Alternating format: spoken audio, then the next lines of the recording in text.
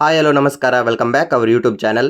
ಇವತ್ತಿನ ವಿಡಿಯೋ ಬಂದು waste P U C ಪೈಪಿಂದ ಬೆಸ್ಟ್ ಐಟಮ್ನ ಯಾವ ಥರ ಮಾಡ್ಬೋದು ಅಂತದ್ದು. ನೀವು ನೋಡ್ತಿರೋ ಟಿ5 ಏನಿದೆ, ಇದನ್ನು ಯಾವುದೇ ರೀತಿ ಮರನ ಯೂಸ್ ಮಾಡ್ಕೊಂಡು ಮಾಡಿರೋ ಟಿ5 ಅಲ್ಲ, ಇದನ್ನು ಮನೆಯಲ್ಲಿರುವಂಥ ವೇಸ್ಟ್ ಪಿ ಯು ಸಿ ಪೈಪ್ನ ಯೂಸ್ ಮಾಡ್ಕೊಂಡು ಮಾಡಿರೋಂಥದ್ದು. ಬನ್ನಿ ನೋಡೋಣ ಯಾವ ಥರ ಪಿ ಯು ಸಿ ಪೈಪ್ನ ಯೂಸ್ ಮಾಡಿಕೊಂಡು ಒಂದು ಟಿ5ನ ಮಾಡೋದಂತ. ಅದಕ್ಕಿಂತ ಮುಂಚೆ ನಮ್ಮ ಯೂಟ್ಯೂಬ್ ಚಾನಲ್ನ ಯಾರೆಲ್ಲ ಸಬ್ಸ್ಕ್ರೈಬ್ ಮಾಡಿಲ್ಲ, ಪ್ಲೀಸ್ ಸಬ್ಸ್ಕ್ರೈಬ್ ಮಾಡ್ಕೊಳ್ಳಿ. ಈ ವಿಡಿಯೋನ ಪೂರ್ತಿಯಾಗಿ ನೋಡಿ, ನೀವು ನಿಮ್ಮ ಮನೆಯಲ್ಲೊಂದು ಈ ಥರ ಒಂದು ಟಿ5ನ ಮಾಡ್ಕೋಬೋದು. ಫಸ್ಟಿಗೆ ಬಂದು ವೇಸ್ಟ್ ಪೈಪಲ್ಲಿ ಉದ್ದಕ್ಕಿರುವಂಥ ಪೈಪ್ನ ಸೆಲೆಕ್ಟ್ ಮಾಡ್ಕೊಂಡು ಚೆನ್ನಾಗಿ ವಾಶ್ ಮಾಡ್ಕೊಳ್ಳಿ. ಸೊ ಒಂದು ಈ ಥರ ಇರಬೇಕಾಗುತ್ತೆ ನೋಡಿ, 4 ಪೀಸ್ಗಳು ಬೇಕಾಗುತ್ತೆ. ಆಕ್ಸೋ ಬ್ಲೇಡ್ನ ಯೂಸ್ ಮಾಡಿಕೊಂಡು ಎರಡೂ ಸೈಡ್ನ ನೀಟಾಗಿ ಕಟ್ ಮಾಡ್ಕೋಬೇಕಾಗುತ್ತೆ. ಇದು ಬಂದು 2.5 ಇಂಚ್ ಇರುವಂಥ ಪೈಪ್ ಇದು. ನೆಕ್ಸ್ಟ್ ಈ ಪೈಪ್ನ 2.5 ಫೀಟ್ ಅಷ್ಟು ಉದ್ದಕ್ಕೆ ಕಟ್ ಮಾಡ್ಕೋಬೇಕು. ಯಾಕಂದರೆ ನಮಗೆ ಟಿ5 ಬಂದು ಮಿನಿಮಮ್ ಅದೊಂದು 2.5 ಫೀಟ್ ಉದ್ದಕ್ಕೆ ಬೇಕಾಗುತ್ತೆ. ಅದಕ್ಕೋಸ್ಕರ 2.5 ಫೀಟ್ ಇರುವಂಥ 2 ಪೈಪ್ ನಮ್ಗೆ ಬೇಕು. 2 ಪೈಪ್ನ ಕಟ್ ಮಾಡ್ಕೋಬೇಕು 2.5 ಫೀಟ್ ಥರ. ಸೊ ಈ ಥರ ಉದ್ದಕ್ಕೆ ಮಾರ್ಕ್ ಮಾಡಿಕೊಂಡು ಆಕ್ಸೋ ಬ್ಲೇಡಿಂದ ಉದ್ದಕ್ಕೆ ಕಟ್ ಮಾಡ್ಕೋಬೇಕು. ನಮ್ಮ ಹತ್ರ ಮಿಷಿನ್ ಇತ್ತಂದರೆ ತುಂಬ ಈಸಿ ಇರುತ್ತೆ. ಈ 2 ಪೈಪನ್ನು ಮಾತ್ರ ನಾನು ಆಕ್ಸೋ ಬ್ಲೇಡ್ ಯೂಸ್ ಮಾಡ್ಕೊಂಡು ಕಟ್ ಮಾಡಿರೋದು, ಮತ್ತು ಮಿಷಿನಲ್ಲೇ ಕಟ್ ಮಾಡ್ಕೊಂಡೆ. ಯಾಕಂದರೆ ತುಂಬ ಈಸಿ ಆಗುತ್ತೆ ನೋಡಿ. ಈ ಥರ ಭಾಗ ಆಗಬೇಕು, ಈ ಥರ ಭಾಗ ಆಗೋ ಥರ ನೋಡಿ ನಾವು ಕಟ್ ಮಾಡ್ಕೋಬೇಕಾಗುತ್ತೆ. ನೆಕ್ಸ್ಟು ಆ ಪೈಪ್ಗಳನ್ನ ಬಿಸಿ ಮಾಡೋಕ್ಕೆ ಸ್ಟಾರ್ಟ್ ಮಾಡಬೇಕು. ಬಿಸಿ ಮಾಡ್ಕೊಂಡು ಬಂದರೆ ನಮ್ಗೆ ಆ ಪೈಪ್ಗಳನ್ನ ಯಾವ ಥರ ಬೇಕು ಆ ಥರ ನಾವು ಮಾಡ್ಕೋಬೋದು. ಬಿಸಿ ಮಾಡಿದಾಗ ಅದು ಆಡಿರೋದೇನಿದೆ ಅದು ಸ್ವಲ್ಪ ಸಾಫ್ಟ್ ಆಗುತ್ತೆ. ನಮ್ಗೆ ಯಾವ ಥರ ಬೇಕು ಆ ಥರ ಮಾಡ್ಕೋಬೋದು ನೋಡಿ. ಈ ಥರ ಮಾಡಿಕೊಂಡು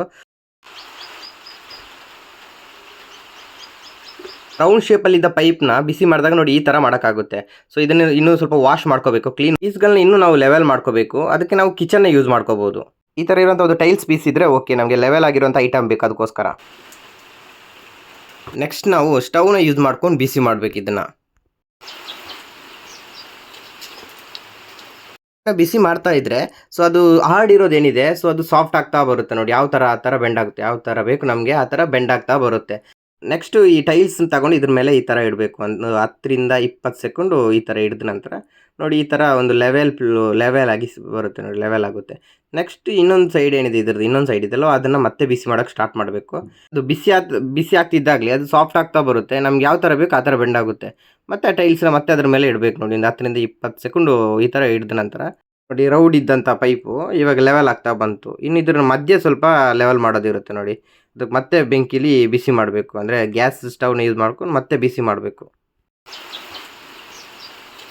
ಟೈಲ್ಸ್ ನೋಡಿ ಮತ್ತೆ ಈ ಥರ ಇಟ್ಟು ಒಂದು 10 ರಿಂದ 20 ಸೆಕೆಂಡ್ ಗಟ್ಟಿ ಒತ್ತಿ ಹಿಡಿದ್ರೆ ಅಂದರೆ ನೋಡಿ ಈ ಥರ ರೆಡಿ ಆಯಿತು ನೋಡಿ. 2 ಪೀಸ್ನ ಈ ಥರ ಮಾಡ್ಕೊಂಡಿದ್ದೀನಿ ನೋಡಿ. ರೌಂಡ್ ಶೇಪಲ್ಲಿ ಇದ್ದಂಥ ಪೈಪ್ ನೋಡಿ ಈ ಥರ ರೆಡಿ ಆಗಿದೆ, ಲೆವೆಲ್ ಆಗಿ ರೆಡಿ ಆಗಿದೆ.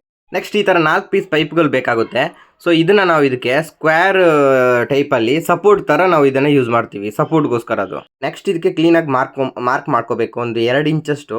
ಸೊ ಇದರ ಎಡ್ಜ್ ಪ್ಲೇಸ್ ಏನಿದೆ 2 ಇಂಚಷ್ಟು ಬಗ್ಸ್ಕೋಬೇಕು. ಯಾಕಂದರೆ ನಮಗೆ ಟಿ5 ಶೇಪ್ ಬರಬೇಕಂದ್ರೆ 2 ಇಂಚಷ್ಟು ನಾವು ಅದನ್ನು ಬಗ್ಸ್ಕೋಬೇಕು. ಅದಕ್ಕೋಸ್ಕರ ನೋಡಿ ಮಾರ್ಕ್ ಮಾಡ್ತಾ ಇದ್ದೀನಿ. ಮೆಷಿನ್ ಯೂಸ್ ಮಾಡಿಕೊಂಡು ಎಡ್ಜ್ ಪ್ಲೇಸ್ನ ಕಟ್ ಮಾಡಿ ತೆಗೆದಿದ್ದೀವಿ. 2 ಕಡೆ ನೋಡಿ ಕಟ್ ಮಾಡಿ ತೆಗೆದಿದ್ದೀವಿ. ನೆಕ್ಸ್ಟ್ ಇದಕ್ಕೊಂದು ಮಿಷಿನಲ್ಲೇ ನೋಡಿ ಲೈಟಾಗಿ ಗೆರೆ ಹಾಕಿದ್ದೀವಿ ನೋಡಿ. ಲೈಟಾಗಿ ಮಿಷಿನಲ್ಲೇ ಗೆರೆ ಹಾಕಿರೋ ಮತ್ತೆ ಸ್ಟವಲ್ಲಿ ಬಿಸಿ ಮಾಡ್ಕೊಂಡು ನೋಡಿ ಇದನ್ನು ಈ ಥರ ಬಗ್ಸೋದಿರುತ್ತೆ ನೋಡಿ. ಇದು ಸೈಡ್ ಪ್ಲೇಸ್ನ ಈ ಥರ ಬಗ್ಸ್ಕೋಬೇಕು ನೋಡಿ. ಈ ಥರ ಇದಕ್ಕೆ ಮತ್ತೆ ನೋಡಿ ಟೈಲ್ಸ್ನ ಇಟ್ಟು ಬಗ್ಸ್ಕೋಬೇಕು. ಟೈಲ್ಸನ್ನು ಯೂಸ್ ಮಾಡ್ಕೋಬೇಕು ಇದಕ್ಕೆ. ಯಾಕಂದರೆ ಟೈಲ್ಸ್ನ ಯೂಸ್ ಮಾಡಿಕೊಂಡ್ರೆ ಒಂದು ಎಡ್ಜ್ ಕ್ಲಿಯರಾಗಿ ಬರುತ್ತೆ, ಇಲ್ಲಾಂದರೆ ಎಡ್ಜ್ ಅಷ್ಟೊಂದು ಕ್ಲಿಯರಾಗಿ ಬರೋಲ್ಲ. ಅದಕ್ಕೋಸ್ಕರ ನಾವು ಟೈಲ್ಸ್ನೇ ಯೂಸ್ ಮಾಡ್ತಿದ್ದೀವಿ ನೋಡಿ. ಈ ಥರ ಮಾಡ್ಕೊಂಡಿದ್ದೀವಿ. ಇದನ್ನು ಸುತ್ತಲೂ ಮಾಡ್ಕೋಬೇಕು ನೋಡಿ. ಈ ಸೈಡು ಮಾಡ್ಕೋಬೇಕು. ಅದಕ್ಕೆ ಮತ್ತೆ ಅದನ್ನು ಆ ಪ್ಲೇಸ್ನು ಬಿಸಿ ಮಾಡ್ಕೋಬೇಕು ನೋಡಿ. ಈ ಪ್ಲೇಸ್ನು ಬಿಸಿ ಮಾಡ್ಕೋಬೇಕು. ಈ ಪ್ಲೇಸ್ನ ಬಿಸಿ ಮಾಡಿ ಮತ್ತೆ ಅದನ್ನು ಬಗ್ಸ್ಕೋಬೇಕು ನೋಡಿ. ಬಿಸಿ ಮಾಡಿದ ನಂತರ ನೋಡಿ ಈಸಿಯಾಗಿ ಈ ಥರ ಬಗ್ಗುತ್ತೆ. ಮತ್ತೆ ಟೈಲ್ಸ್ನ ಈ ಥರ ಇಡಬೇಕು ನೋಡಿ. ಎಡ್ಜ್ ಕ್ಲಿಯರಾಗಿ ಬರುತ್ತೆ, ಇಲ್ಲಾಂದರೆ ಎಡ್ಜ್ ಅಷ್ಟೊಂದು ಕ್ಲಿಯರಾಗಿ ಬರೋಲ್ಲ ನೋಡಿ. ಟೈಲ್ಸ್ನ ಈ ಥರ ಇಟ್ಟು ಇನ್ನೊಂದು ಮೇಲ್ಗಡೆಯಿಂದ ಈ ಥರ ಒಂದು ಚಿಕ್ಕ ಟೈಲ್ಸ್ನ ಇದಕ್ಕೆ ಮಾಡಬೇಕು ನೋಡಿ. ಈ ಥರ ಬಂದಿದೆ ನೋಡಿ.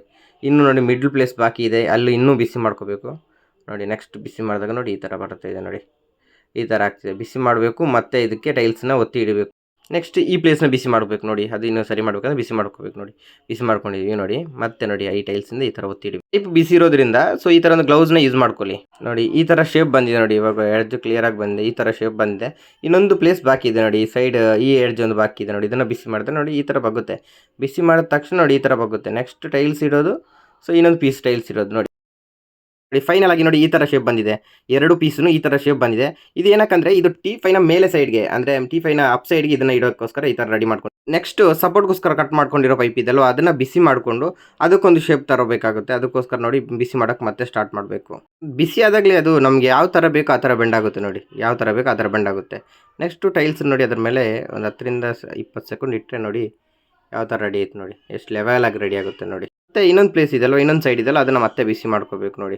ಕ್ಲಿಯರಾಗಿ ಬಿಸಿ ಮಾಡ್ಕೊಂಡ ನಂತರ ನೋಡಿ ನಮ್ಗೆ ಯಾವ ಥರ ಬೇಕದು ಆ ಥರ ನಮಗೆ ಶೇಪ್ ಬರುತ್ತೆ ನೋಡಿ. ಈ ಥರ ಬಂದಿದೆಯಲ್ವ.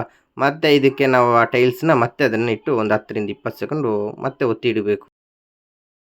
ನೋಡಿ ಈ ಥರ ಲೆವೆಲ್ ಆಗಿ ರೆಡಿ ಆಗಿದೆ. ಈ ಥರ ಆಗಿದೆ ನೋಡಿ. ಈ ಥರ ರೆಡಿ ಆಗಿದೆ.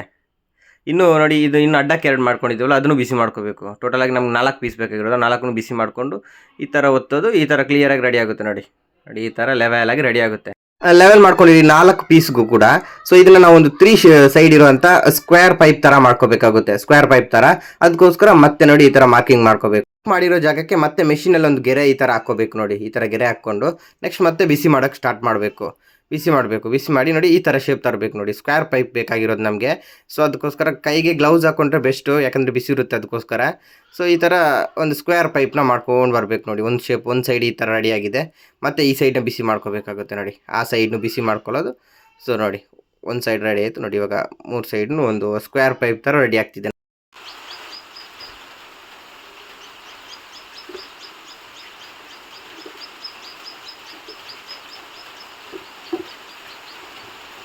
ಫೈನಲ್ ಆಗಿ ನೋಡಿ ಈ ಥರ 3 ಸೈಡ್ ಇರುವಂಥ ಸ್ಕ್ವೇರ್ ಪೈಪ್ ಥರ ರೆಡಿ ಸ್ಕ್ವೇರ್ ಪೈಪ್ನೇ ರೆಡಿ ಮಾಡ್ಕೊಂಡಿದ್ದೀವಿ. ಸೊ ಇನ್ನೊಂದು ಬೇಕು ನಮಗೆ. ಟೋಟಲಾಗಿ 4 ಪೀಸ್ ಬೇಕಾಗಿರೋದು. 4 ನೋಡಿ ಇನ್ನೊಂದನ್ನು ಈ ಥರ ಮಾಡ್ಕೊಂಡಿದ್ದೀವಿ. ಸೊ 2 ಆಯ್ತಲ್ಲ, ಉದ್ದಕ್ಕೆ 2 ಆಯಿತು. ಸೊ ಇನ್ನು ಅಡ್ಡ 2 ಆಗಬೇಕು ನೋಡಿ. ಅಡ್ಡನ 2 ಮಾಡ್ಕೊಂಡಿದ್ದೀವಿ. ಸೊ 4 ಪೀಸ್ನ ರೆಡಿ ಮಾಡ್ಕೊಂಡಿದ್ದೀವಿ. ಸೊ ನೋಡಿ ಇದಕ್ಕೆ ಈ ಥರ ಅಟ್ಯಾಚ್ ಮಾಡೋದಿರುತ್ತೆ. ಸ್ಕ್ವೇರ್ ಆಗಿ ನಮಗೆ ಅಟ್ಯಾಚ್ ಮಾಡೋದಿರುತ್ತೆ ನೋಡಿ. ಇದೊಂದು ಸಪೋರ್ಟ್ಗೋಸ್ಕರ ಇದನ್ನು ನಾವು ರೆಡಿ ಮಾಡ್ಕೊಂಡಿದ್ದೀವಿ. ನೆಕ್ಸ್ಟ್ ಈ ಗಮ್ ತಗೊಂಡು ಸೊ ಇದಕ್ಕೆ ನೋಡಿ ಈ ಥರ ನೀಟಾಗಿ ಗಮ್ನ ಇದಕ್ಕೆ ಅಪ್ಲೈ ಮಾಡಿ ಸೊ ಇದಕ್ಕೆ ಅಟ್ಯಾಚ್ ಮಾಡಬೇಕು. 4 ಕಡೆನೂ 4 ಸ್ಕ್ವೇರ್ 4 ಏನಿದೆ ಸೊ ಅದನ್ನು ಇದಕ್ಕೆ ಅಂಟಿಸ್ಕೋಬೇಕು.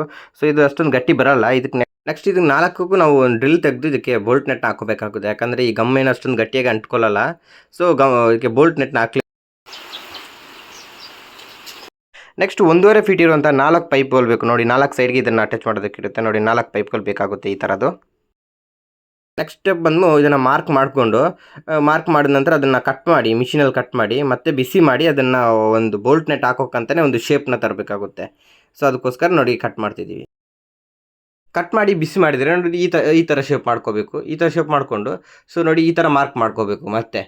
ಸೊ ಇದನ್ನು 4ಕ್ಕೂ ಈ ಥರ ಮಾರ್ಕ್ ಮಾಡ್ಕೊಂಡು ಮತ್ತೆ ಮಿಷಿನಲ್ಲಿ ಕಟ್ ಮಾಡಿದ್ರೆ ಸೊ ಈ ಥರ ಮಾಡ್ಕೋಬೇಕಾಗುತ್ತೆ ನೋಡಿ. ಈ ಥರ ಮಾಡಿಕೊಂಡು ಈ ಎಡ್ಜ್ಗೆ ಕವರ್ ಮಾಡೋಕ್ಕೋಸ್ಕರ ನೋಡಿ. ಈ ಥರ ಎಡ್ಜ್ಗೆ ಕವರ್ ಮಾಡೋಕ್ಕೋಸ್ಕರ ಕೆಳಗಡೆಯಿಂದ ಬೋಲ್ಟ್ ನೆಟ್ ಹಾಕೋಕ್ಕೆ. ಸೊ ಮೇಲ್ಗಡೆ ಅದಕ್ಕೆ ಅಟ್ಯಾಚ್ ಹಾಕಿ ಕೂರೋಕ್ಕೋಸ್ಕರ ನೋಡಿ ಈ ಥರ ಮಾಡ್ಕೋಬೇಕಾಗುತ್ತೆ.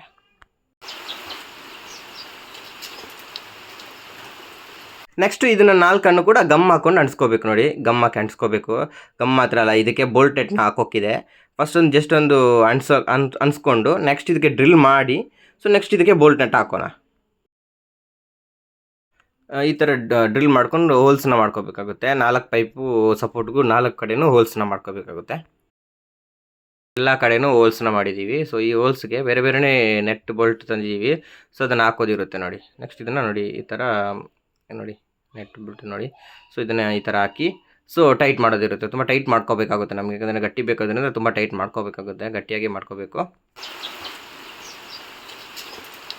ಈ ಸಪೋರ್ಟ್ಗೆ ಏನಿದೆ ಇದಕ್ಕೆ ಸ್ವಲ್ಪ ಒಂದು 4 ಇಂಚಿರೋ ಬೋಲ್ಟ್ ನೆಟ್ನ ಹಾಕಿದ್ದೀವಿ. ಸ್ವಲ್ಪ ಉದ್ದನೇ ಇದೆ, ಅದನ್ನ ಕಟ್ ಮಾಡ್ಕೋಬೇಕಷ್ಟೇ.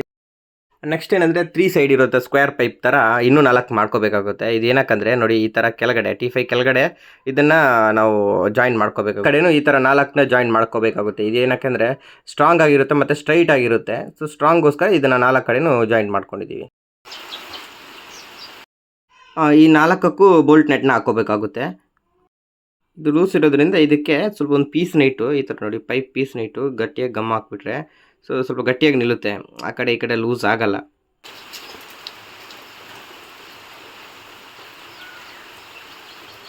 ನೆಕ್ಸ್ಟ್ ಈ ಥರ 5 ಪೀಸ್ಗಳನ್ನ ಮಾಡಿಕೊಂಡು ಈ ಥರ ಟಾಪ್ಗೆ ಇದನ್ನು ಅಟ್ಯಾಚ್ ಮಾಡೋದಿರುತ್ತೆ. ಗಮ್ ಹಾಕ್ಬಿಟ್ಟು ಅಂಟಿಸ್ಕೋಬೋದು. ಸೊ ಇದು ಕೆಳಗಡೆ ಬರೋದ್ರಿಂದ ಯಾವುದೇ ಕಾರಣಕ್ಕೆ ಇದು ಲೂಸಾಗಿ ಹೋಗಲ್ಲ. ಸೊ ಗಮ್ ಹಾಕಿದರೆ ಸಾಕು. ಇದಕ್ಕೆ ಯಾವುದೇ ರೀತಿ ಬೋಲ್ಟ್ ನೆಟ್ಟು ಬೇಕಾಗಿಲ್ಲ. ಗಮ್ ಹಾಕಿ ಅಂಟಿಸ್ಕೋಬೋದು, ಗಟ್ಟಿಯಾಗಿ ಇರುತ್ತೆ.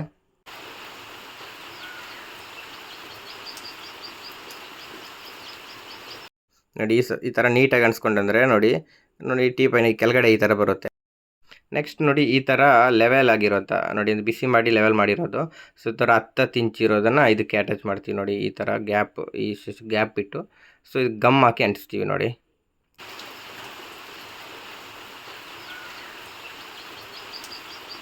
ನೋಡಿ ಕೆಲವು ಕಡೆ ಸುಟ್ಟೋಗಿದೆ. ಯಾಕಂದರೆ ಅದು ಬಿಸಿ ಮಾಡುವಾಗ ಸೊ ಕೆಲವು ಕಡೆ ಬಿಸಿ ಜಾಸ್ತಿಯಾಗಿ ಸುಟ್ಟೋಗಿದೆ.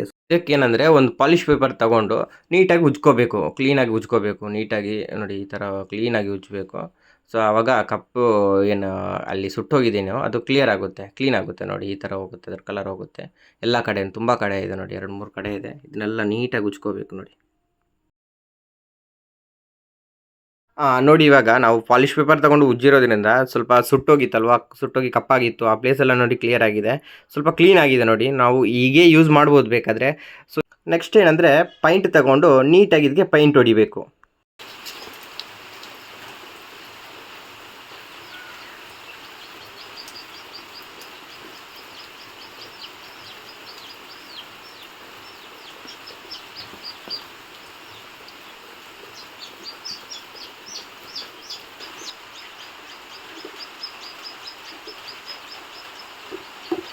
ಫೈನಲಿ ಟೀಪಾಯ್ ರೆಡಿಯಾಗಿದೆ ನೋಡಿ. ವುಡ್ಡಲ್ಲಿ ಮಾಡಿರೋ ವುಡ್ ಟೀಪಾಯ್ ಥರ ಕಾಣಿಸ್ತಿದೆ.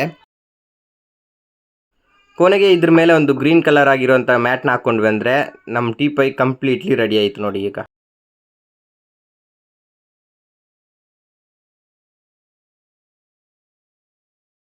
ಈ ಥರದ ಹೊಸ ಹೊಸ ಐಡಿಯಾಗಳನ್ನ ನಾವು ಯೂಟ್ಯೂಬಲ್ಲಿ ಅಪ್ಲೋಡ್ ಮಾಡ್ತಾ ಇರ್ತೀವಿ. ಈ ವಿಡಿಯೋ ನಿಮ್ಗೆ ಇಷ್ಟವಾದಲ್ಲಿ ಸೂಪರ್ ಅಂತ ಕಮೆಂಟ್ ಮಾಡಿ. ಹೊಸೊಬ್ರು ವಿಡಿಯೋ ನೋಡ್ತಿದ್ದೀರಾ ಅಂದರೆ ಪ್ಲೀಸ್ ನಮ್ಮ ಚಾನಲ್ನ ಸಬ್ಸ್ಕ್ರೈಬ್ ಮಾಡಿ. ಆದಷ್ಟು ನಿಮ್ಮ ಫ್ರೆಂಡ್ಸ್ಗೆಲ್ಲ ಶೇರ್ ಮಾಡಿ. Thank you for watching every one.